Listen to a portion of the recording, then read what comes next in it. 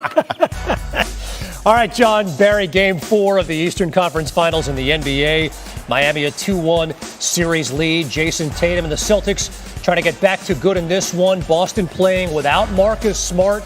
The ankle injury, reigning defensive player of the year. How do they make up for that? Well, you get off to a good start like Boston did. Jaylen Brown, Derek White playing a little two-man game, and then White up, under, off the window. What a great start for Derek White, who finished with 13 points and 8 rebounds in this one. Midway through the first, off the miss by Max Strus, Jason Tatum all the way the other way and one. Tatum was 14 of 16 from the free throw line in this game. 14-1 is your score. Strus stripped by Peyton Pritchard. Here comes White. Here comes Tatum. This is a 16-1 game. This is the Eastern Conference Finals, people.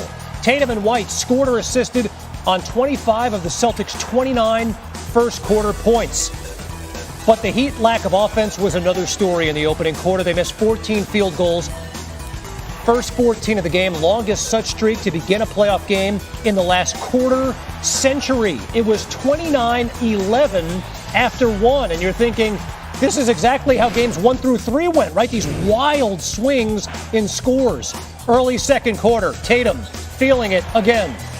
Next possession, ride the hot hand. How about the guy who goes 8 of 16 from the field, up under silky like Julius along the baseline. Easy now. Boston led Blasphemy. by 20. Midway through the second, it's a 17-point game. White, Tatum lays it up and in. He had 24 points in the first half. Third game of the series where he's gone for 20-plus. Boston up by 24 at the half. Third quarter, they'd continue to dominate. Tatum blocking Victor Oladipo. Peyton Pritchard. Jaylen Brown all the way. Boston led by 24 at the end of the third quarter. They held Miami to 52 points through the first 36 minutes. Early fourth quarter, Al Horford sends Caleb Martin back.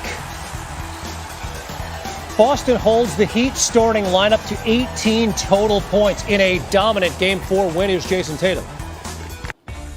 Back and forth it's been. Two really well-coached teams. The Celtics now 5-0 following a loss this postseason, winning those games by an average of nearly 18 points per game, the fourth highest in a single postseason in NBA history.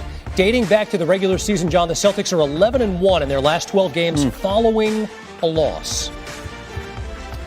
Stephen A. Smith squeezing in some Sports Center between NBA Countdown and First Take.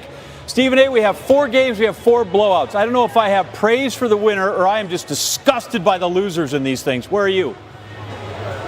How about both? How about being praised to the winners when they win and being disgusted with the losers when they lose, because they both vacillated back and forth, sticking up the joint or looking absolutely sensational. In this particular case, Boston came out like gangbusters, 29-11 in the first quarter. Derek White filling in for Marcus Smart, scores 10 points in the first quarter, 3 for the rest of the game. Al Horford, anybody that he was defending, shot 1 for 12 from the field for the game. So he was exceptional defensively. But Boston got out, recognized the level of urgency that they had to embrace. Being down 2-1, they knew they couldn't come down, be down 3-1 and expect to win this series. So they came out with the fervor, the tenacity that they needed to win this game, and that's exactly what they ended up doing. Jason Tatum, bounce back performance. They got 40 from Brown in the loss. He comes back. Why does he seem to be the main cog in this machine? Well, listen, I mean, the kid is ultra talented. He's 6'9", with a tremendous wingspan. He's got a mid-range game. He's got a long-range game. He's got ball handling skills. He's got the athleticism to finish at the basket. But he is sporadic at times. He came into this game leading all playoff competitors in turnovers with 60. That's how many turnovers he's had in these playoffs, which is absolutely abysmal. You can't have that from your star, and they cut down on the turnovers tonight. Jaylen Brown didn't have a great shooting night, shot 5 for 20 from the field, but he cut down on his turnovers as well. And anytime they're cutting down on their turnovers, that makes sure that you don't give opportunities to the opposition to get easy baskets, and you give that defense an opportunity to showcase its prowess. That's what Boston did tonight, particularly in the first 12 minutes of the game, and that's why they ended up walking away with it. So he has 31. The starting 5 for the Heat, 3 dudes scored total of 18 points. Is there any reasonable explanation for that performance? Other than being pathetic and moribund and absolutely god-awful. I guess you could give the Boston's defense credit for that. But there is no excuse whatsoever for a number one seed in a conference, a team that won 53 games this year, a team that is vying for a championship and in the Eastern Conference Finals. Your entire starting lineup combines for 18 points.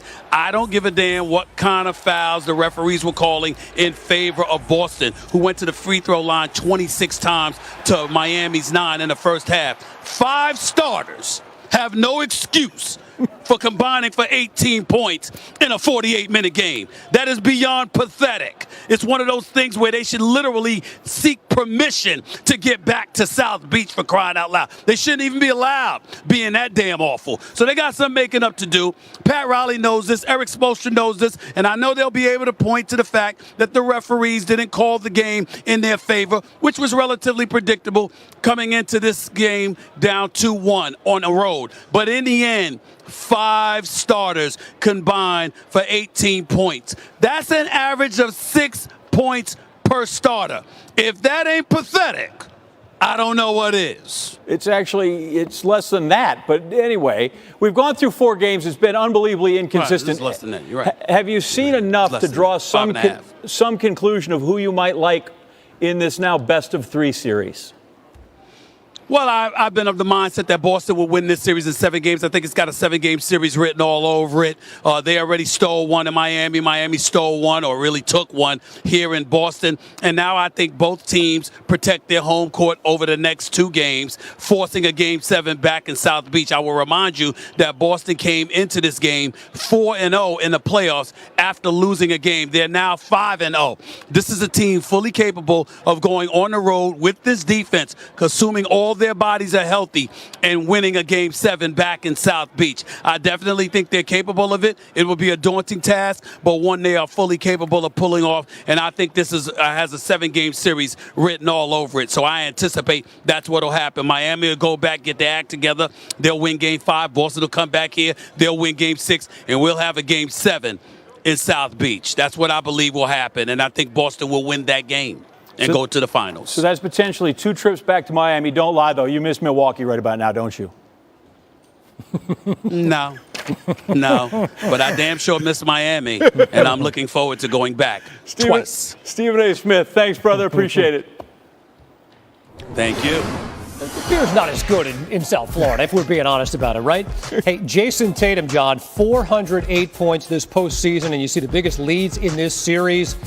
That's ridiculous. I mean, it's wild. Again, this is the Eastern Conference Finals. Celtics led Game 2 by 34. They led Game 4 by 32 tonight, and this one wasn't even close. And they didn't shoot it particularly well. They did out-rebound them by about 20, which was a big difference. Dominant on the defensive side of the ball, and again, a series that has been